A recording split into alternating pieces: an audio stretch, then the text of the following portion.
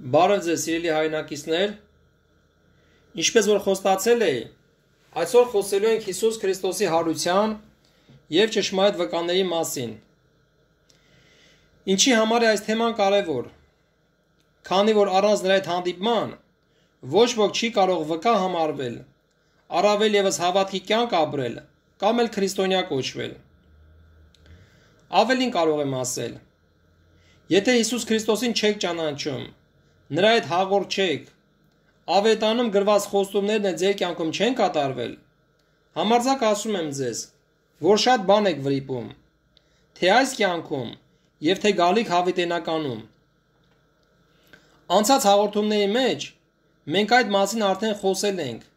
թե ինչպիսի պատիժների են արժանանում այն ազգերը, ովքեր իրենց քրիստոնյա են համարում, բայց չեն։ Չեմ ցանկանա նորից անդրադառնալ դրան, բայց չենք էլ կարող անտեսել այն փաստը, որի մեջ հայտնվել ենք այսօր։ Ինչպես որ լսում ենք Եսայիա մարգարեության 59-րդ գլխում, սպասում ենք լույսի, բայց ահա խավարը, պայծառության, բայց ահա մառախուղում ենք ման գալիս։ Ամենքս մռնչում ենք արջերի պես և աղավների պես ճվճվում, սպասում ենք դատաստանի, բայց չկա, փրկության, բայց նա մեզանից հեռու է։ Ինչի համար։ Քանի որ շարունակությունում այսպես է ասում, որովհետև ուրացել եք Տիրոջը և դադարել եք ձեր Տեր Աստծուն հետևելուցը, որի արդյունքում էլ սիրելի ժողովուրդ, ունենք այն, ինչը որ տեսնում ենք այսօր։ 100,000-ից ավելի փախստականներ, լքված տներ,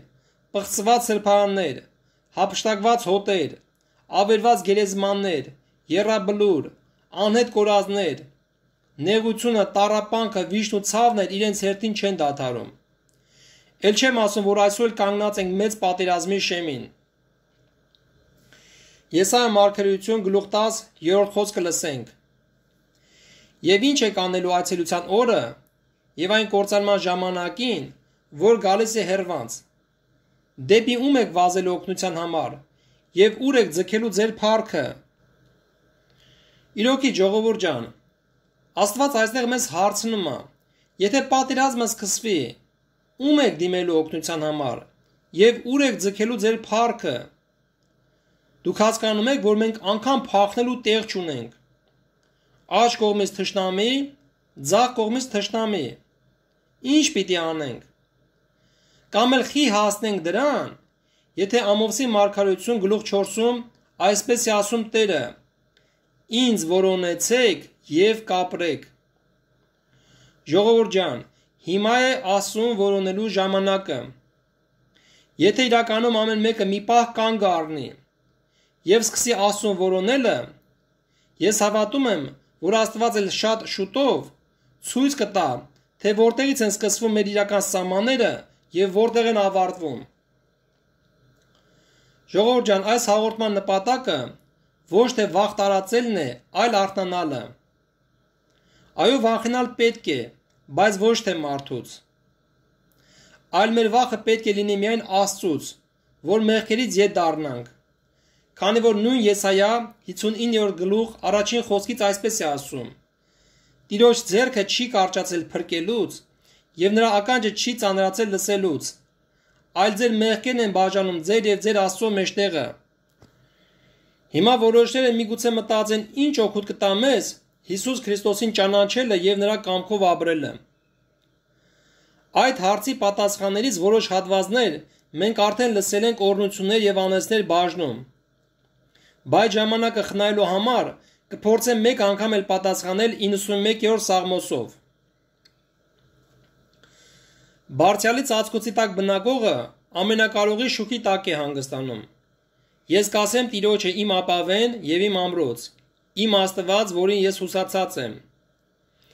Որովհետև նա կփրկե քեզ որսողի որոգայթիցը, չար ժանտամահիցը, նա կծածկե քեզ իր փետուրներովը, նրա թևերի տակ ապահով կլինես, նրա ճշմարտությունը ասպար է և զրա։ Դու չես վախենալ գիշերի զարուրանքից, այն նետիցը, որ թռչում է ցերեկը, այն ժանտախտիցը, որ խավարումը շուռ է գալիս, այն հարվածիցը, որ սատկեցնում է կես օրումը, 1000 հոգի քո կողմիցը կընկնեն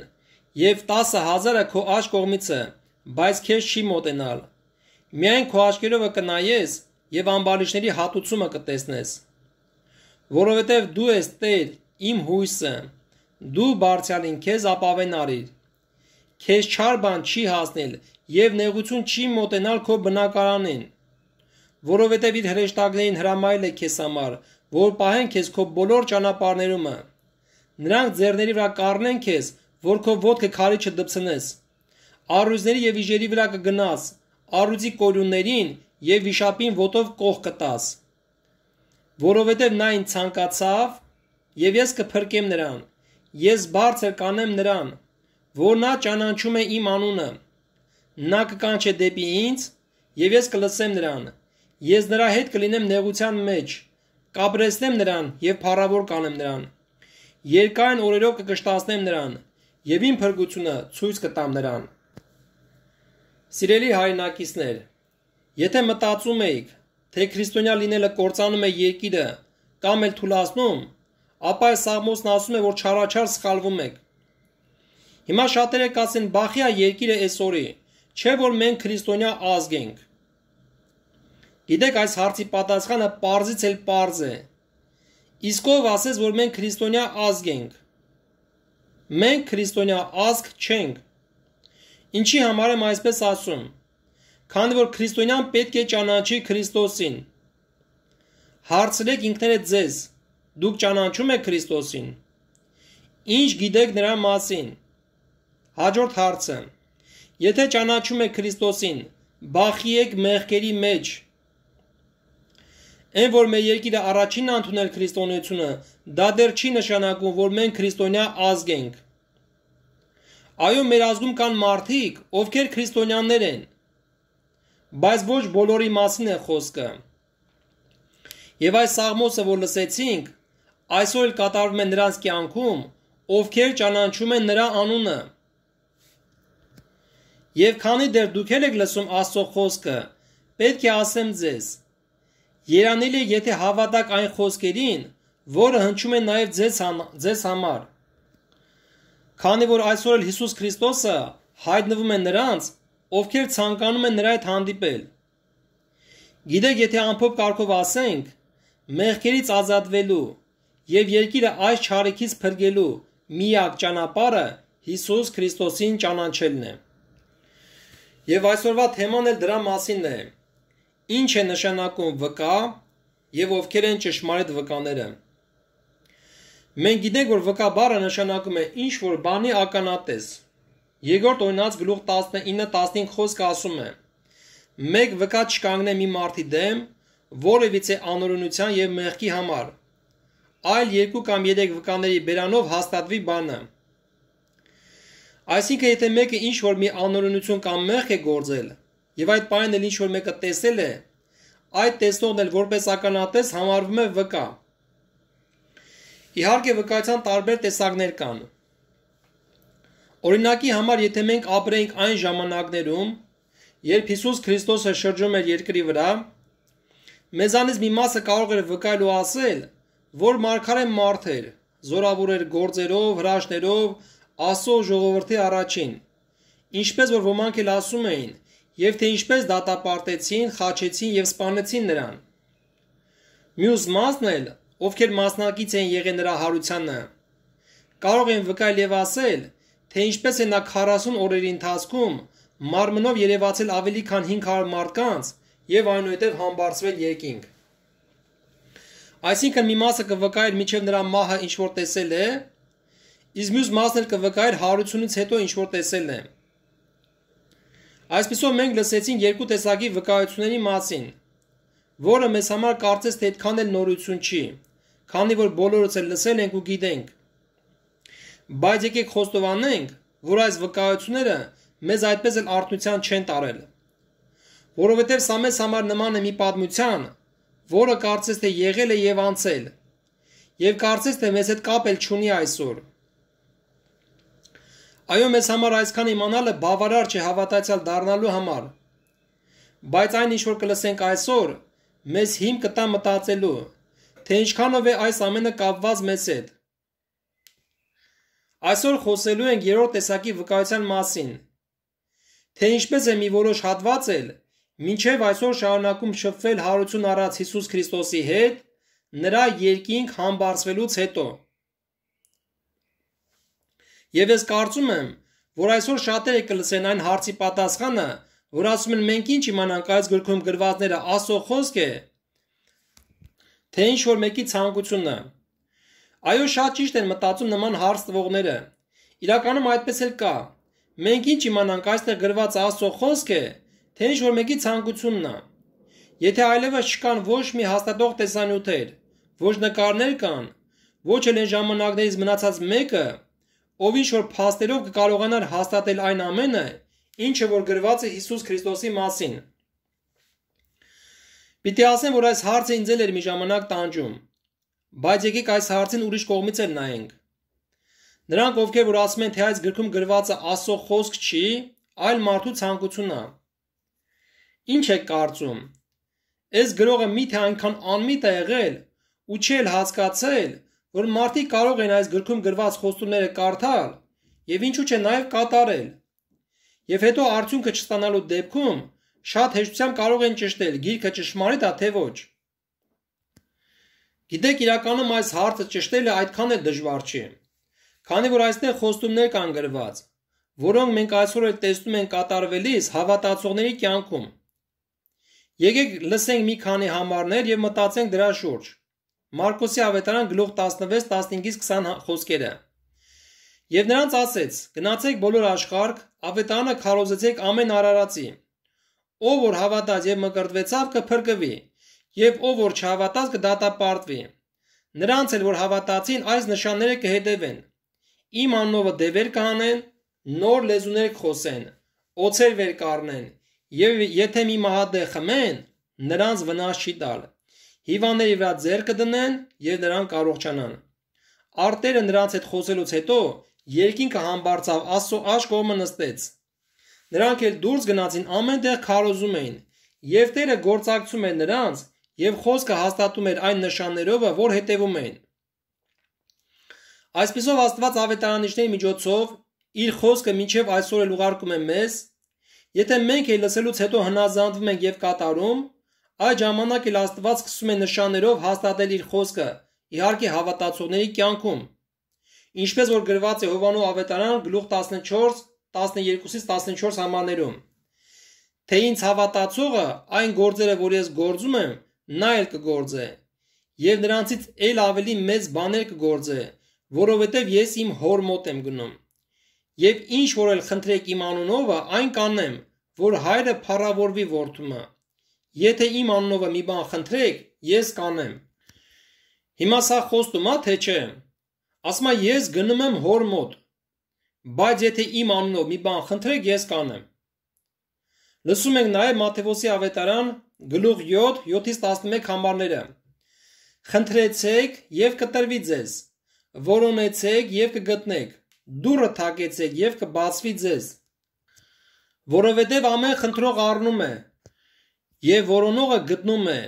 եւ դուռը թակողին կբացվի։ Կամ ով է ձեզանից այն մարդը, որ եթե նրանից իր որդին հաց ուզե, միթե քար կտա նրան, եւ եթե ձուկ ուզե, միթե օձ կտա նրան։ Եթե դուք չար լինելով գիտեք բարի պարգևներ տալ ձեր որդկանցը, որքան ավելի ձեր հայրը, որ երկնքումն է, բարիքներ կտա նրանց, որ խնդրում են իրանից։ Նման համար լսում ենք նաև Ղուկասի ավետարան գլուխ 11-13 խոսքում. Արդ եթե դուք որ չար եք, գիտեք բարի պարգևներ տալ ձեր որդկանցը, էլ որքան ավելի երկնավոր հայրը Սուրբ Հոգին կտա նրանց, որ ուզում են նրանից։ Ես ուզում եմ մի 3 կարևոր սթափեցնող համարներ կարդալ Աստվածաշնչից, որոնցով որ ես հենց ինքս եմ արթնացել։ Մատթեոսի ավետարան գլուխ 18-19-20 խոսքեր լսենք։ Դարձյալ ասում եմ ձեզ, եթե ձեզանից երկուսը երկրի վրա միաբանվեն, ամեն ինչ բանի համար որ խնդրեն, կլինի նրանց իմ հորիցը, որ երկնքումն է։ Որովհետև ուր որ 2 կամ 3 հոգի իմ անունով ժողոված լինեն, ես այնտեղ նրանց մեջ եմ։ Լսենք նաև Հովանու 14:21-23 խոսքերը։ Ով որ իմ պատվիրանքներն ունի եւ նրանց պահում է, նա է ինձ սիրողը, Եվ ինձ սիրող իմ հորիցը կսիրվի, եւ ես կսիրեմ նրան, եւ ինձ կհայտնեմ նրան։ Եթե մեկը ինձ սիրում է, իմ խոսքը կպահե, եւ իմ հայրը կսիրե նրան, եւ նրա մոտը կգանք, եւ բնակություն կանենք նրա մոտ։ Ինչպես նաեւ հայտնության գլուխ 3:20 խոսքը լսենք.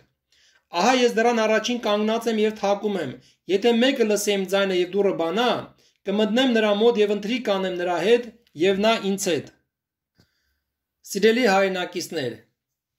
այս համարները, որ լսեցինք, այնտեղ որտեղ 2 կամ 3 հոգի իմ անունով կհավաքվեն, ես այնտեղ նրանց մեջ եմ։ Եթե ինձ ամբողջ սրտով ման գա կգտնեք, ես ինձ կհայտնեմ քեզ։ Անգամ ասում եմ, որ հոր հետ կգանք եւ բնակություն կանենք նրա մոտ։ Ահա ես դրան առաջին կանգնած եմ, թակում եմ, եթե մեկը լսի իմ ձայնը եւ դուռը բանա, կմտնեմ նրա մոտ եւ ընտրիկ կանեմ նրա հետ եւ նա ինձ հետ։ Հիմա այս համարները, որ լսում եք, միթե ձեզ մոտ հարցեր չեն առաջանում։ Իրականում սրանք արդեն կյանք տվող խոսքեր են, որը արդեն ինքը իրենից վկայում է, որ Հիսուս Քրիստոսը այսօր էլ կա եւ հայտնվում է նրանց, ովքեր որ իրեն փնտրում են։ Իրականում այս հույսի եւ կյանքի խոսքերը լսողների մոտ պետք է առաջացնի հավատք տեղի շարժվելու եւ Աստծուն փնտրելու։ Հակոբոս 4:8-ում այսպես է ասում. մոտեցեք Աստծուն եւ նա կմոտենա ձեզ, սրբեցեք ձեր ձեռքերը, ով մեղավորներ, եւ ձեր սրտերը մաքրեցեք, ով երկմիտներ։ Հիմա եթե շատերը լսում են եւ գիտեն, որ Աստծո հետ այսօր լինում է հանդիպել, եւ նրանք տեղի չեն ուզում շարժվել, ասեք տեսնեմ, Աստված էլ ինչ անի ձեր համար։ Ասма դուք չեք ամենում ինձ մոտ գալ, որ կյանք ունենաք։ Այսպիսով կամենալը մեզանից է։ Եթե մենք լսում ենք այսքանը եւ տեղի չենք շարժվում, ուրեմն մենք իրավունք էլ չունենք Աստվածաշունչը կասկածի տակ դնելու։ Գիտեք, ես այս համարները լսելով եւ հրաշքները տեսնելով եմ արթնացել։ Երբ որ լսեցի, որ այն Հիսուսը, ով 2000 տարի առաջ մարմնով երկրի վրա շրջում էր, բժշկելով հիվանդներին, կույրերին, կաղերին, եւ այսօր շարունակում է նույն ձևով գործել երկրի վրա, բայց արդեն մեզ համար անտեսանելի աշխարհից, եւ նա հայտնվում է նրանց, ովքեր են փնտրում են, ես այս խոսքերի նկատմամբ անտարբեր չեղա։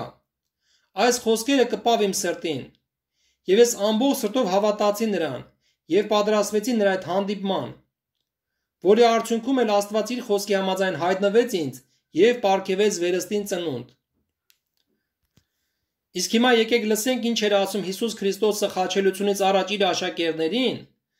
թե ովքեր են համարվելու ճշմարիտ վկաները իր համբարձվելուց հետո։ Քանի որ այսօր էլ շատերը կան, շատ քարոզիչներ, ովքեր Հիսուսի հետ ընդհանրապես կապ չունեն, բայց ավետարանը ձեռնային քարոզում են։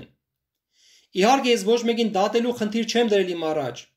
Խնդրում եմ ճիշտ հասկացեք եւ դուք էլ ոչ մեկին մի դատեք։ Ինչպես որ գրված է, ահա դատավորը դռան առաջին կանգնած է։ Երբ որ ժամանակը կգա, ամենքն էլ կդատվեն իրենց գործերի համեմատ։ Ինչպես որ Սուրբ Գիրքը ասում է։ Բայց քանի դեռ երկրի վրա ենք ապրում, մենք կարող ենք Աստծո խոսքի շրջանակներում բացահայտել ովքեր են ճշմարիտ վկաները եւ ովքեր են կեղծ վկաները, եւ գնալ նրանց հետ, ինչպես որ առաքյալն էր ասում, ովքեր Տերը սիրում են անկեղծ սրտով եւ ճշմարտությամբ։ Որովհետև եթե մենք ինքներս նրան անձամբ չճանաչենք, եկեք խոստովանենք, որ նրա մահվան եւ հարության, ինչպես նաեւ համբարձվելու մասին գրվածները մեզ համար այդպես էլ պատմություն կմնան եւ ոչ մի օգուտ էլ չի լինի։ Ինչպես որ մի անգամ երկու քույր են այցելել մեր տուն եւ ուզում էին իբր թե ավետարանը քարոզել։ Մինչև իրենց ավետարան քարոզելը ես մի պարզ հարց տվեցի, ասեցի քույրեր,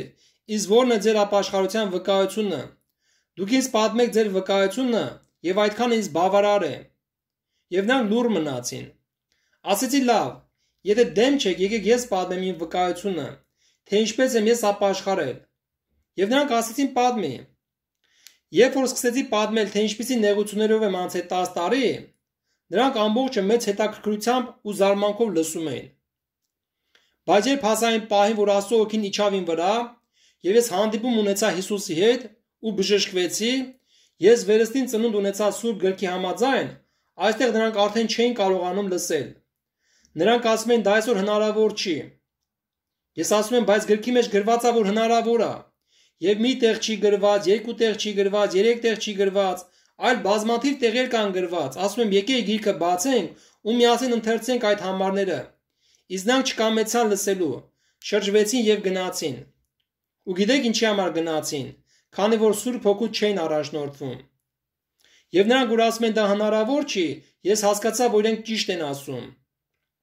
Այո, դա հնարավոր չի իրենց կյանքում, քանի որ Աստված չի կարող մի միջավայրում հրաշքներ գործել, որտեղ իրեն չեն հավատում։ Եվ այդպես էլ գրված է Մարկոս 6-ի 5-ից 6 համարներում։ Եվ չէր կարողանում այնտեղ ոչ մի զորություն անել, բայց միայն մի քանի հիվանդների վրա ձեռ դրավ եւ բժշկեց, եւ նրանց անհավատության համար զարմանում էր։ Որպեսզի մեզ համար հարցեր չմնան, եկեք լսենք մնացածը։ Հիսուս Քրիստոսը խաչելությունից առաջ իր աշակերտներին տեղեկացրել էր, որ ինքը պետք է մատնվի իշխանավորների, քահանաների, ծերերի ձեռքը եւ պետք է դատապարտեն նրան, սպանեն եւ երրորդ օրը հարություն պիտի առներ մեռելներից գրքերի համեմատ։ Եվ այնուհետև պետք է գնար այնտեղ, որտեղից որ եկել էր, այսինքն երկինք, հոր մոտ։ Եվ աշակերտները այս լուրը լսելով տխրել էին, քանի որ իրենց պատկերացմամբ եկել էր այն ժամանակը, որ Մեսիան գրվածի համաձայն պիտի նստեր Դավիթի աթոռի վրա ու թագավորեր հավիտյան։ Բայց այստեղ իրենց սպասումները չեն արդարացում հերիք չի,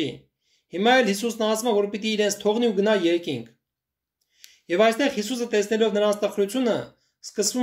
սկսում է մխիթարել հետևյալ խոսքերով։ Իհարկե կցանկանայի Հովհաննեսի ավետարանի գլուխ 14-ը ամբողջությամբ ընթերցել, բայց ժամանակը խնայելու համար կընթերցեմ 15-րդ խոսքից։ Եվ կխնդրեի, որ ուշադիր լսեք այս համարները, քանի որ այն ինչ որ կլսեք, գրված է նաև ձեզ համար։ Հովհաննես 14-15 խոսքից լսենք։ Եթե ինձ սիրում եք, իմ պատվիրանները պահեցեք, եւ ես հորը կաղաչեմ,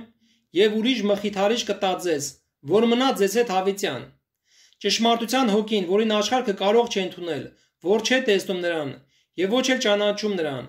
բայց դուք նրան ճանաչում եք, որովհետեւ ձեզ մոտ է մնում, եւ ձեզ հետ կլինի։ Ձեզ որոք չեմ թողիլ, կգամ ձեզ մոտ։ Մի փոքր ժամանակ էլ եւ աշխարհն էլ չի տեսնել ինձ, բայց դուք կտեսնեք, որովհետեւ ես կենթանի եմ եւ դուք կենթանի կլինեք։ Այն օրը դուք կճանաչեք, որ ես իմ հոր մեջ եմ եւ դուք ինձանում եւ ես ձեզանում։ 26-րդ խոսքը։ Բայց մխիթարիչը Սուրբ Հոգին, որ Հայրը կուղարկի իմ անունով, նա ամեն բան կսովորեցնե ձեզ եւ կհիշեցնե ձեզ ամեն ինչ որ ձեզ ասեցի։ Հովհաննեսի ավետարան գլուխ 16 5-ից 13 համարներ լսենք։ Բայց հիմա ինձ ուղարկողի մոտ եմ գնում, եւ ձեզանից ոչ մեկը չի հարցնում ինձ, թե ուր ես գնում։ Այլ որովհետեւ այս բաները խոսեցի ձեզ հետ, տրտմությունը լցրեց ձեր սիրտը։ Բայց ես ճշմարտությունն եմ ասում ձեզ, թե լավ է ձեզ համար, որ ես գնամ, որովհետեւ եթե չգնամ, մխիթարիչը չի գալ ձեզ մոտ, բայց եթե գնամ, նրան կուղարկեմ ձեզ մոտ։ Բայց երբ որ նա ճշմարտության հոգին կգա, նա կառաջնորդե ձեզ ամեն ճշմարտության մեջ, որովհետև իր անձիցը չի խոսիլ, այլ ինչ որ կլսեք խոսի եւ գալու բաները կպատմի ձեզ։ Նա ինձ կփառավորե, որովհետև իմիցը կառնե եւ կպատմե ձեզ։ Ամեն ինչ որ Հայրն ունի իմն է,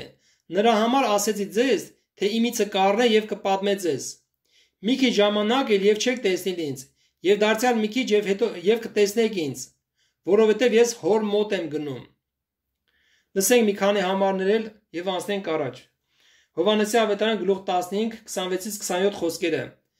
Բայց երբ որ մխիթարիչը կգա, որ ես հորիցը կուղարկեմ ձեզ, ճշմարտության հոգին, որ հորիցն է դուրս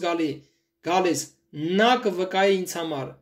եւ դուք էլ կվկայեք, որովհետեւ սկզբիցը ինձ հետ եք։ Ղուկասի ավետարան գլուխ 24-44 համարից լսենք։ Եվ ասեց նրանց. այս այն բաներն են, որ ձեզ հետ խոսեցի, քանի որ ես ձեզ հետ էի, թե պետք է կատարվի Մովսեսի օրենքումը եւ մարգարեներումը եւ սաղմոսներումը բոլոր ինձ համար գրվածները։ Այն ժամանակ նրանց միտքը բացավ, որ գրքերը իմանան։ Եվ նրանց ասեց, թե այսպես է գրված, եւ այսպես պետք է Քրիստոսին չարշարվիլ եւ երրորդ օրը մեռելների միջից հարություն առնել, եւ նրա անունով ապաշխարություն եւ մեղքերի թողություն քարոզել բոլոր ազգերի մեջ, Երուսաղեմից սկսած։ Եվ դուք այս բաների համար վկաներ եք, եւ ահա ես իմ հոր խոստմունքը կուղարկեմ ձեզ վրա, այսինքն Սուրբ Հոգին կուղարկեմ ձեզ վրա։ Դուք էլ նստեցեք Երուսաղեմ քաղաքումը, մինչև վերևիցը զորություն հագնեք։ Եվ լսենք նաև վերջի համարը Գործք առաքելոց առաջի գլուխ 8-րդ խոսքը. Բայց դուք զորություն կառնեք, երբ որ հոգին ձեզ վրա կգա, եւ իմ վկաները կլինեք Երուսաղեմում եւ բոլոր Հրեաստանի եւ Սամարիայի մեջ մինչեւ երկրի ծայրերը։ Այսպիսով, սիրելի հայրենակիցներ, քանի որ նյութը մի փոքր ծավալուն է, եկեք առաջի մասը մի փոքր ամփոփենք, ի շարունակությունը ցանկացողները կարող են լսել երկրորդ մասում։ Այսպիսով ճշմարիտ վկան նա է, ում կյանքում այս համարները կատարվել են, ով զորություն է հագել երկնքից, ում Հիսուս Քրիստոսը իր տված խոստումի համաձայն հայտնվել է եւ մկրտել Սուրբ Հոգով։ Հաջորդ մասում մենք կլսենք, թե ինչպես են մարդիկ փրկվում Սուրբ Հոգու աշխարհ գալուց հետո, եւ ինչպես է Սուրբ Հոգու պարգևը շարունակվում այսօր էլ։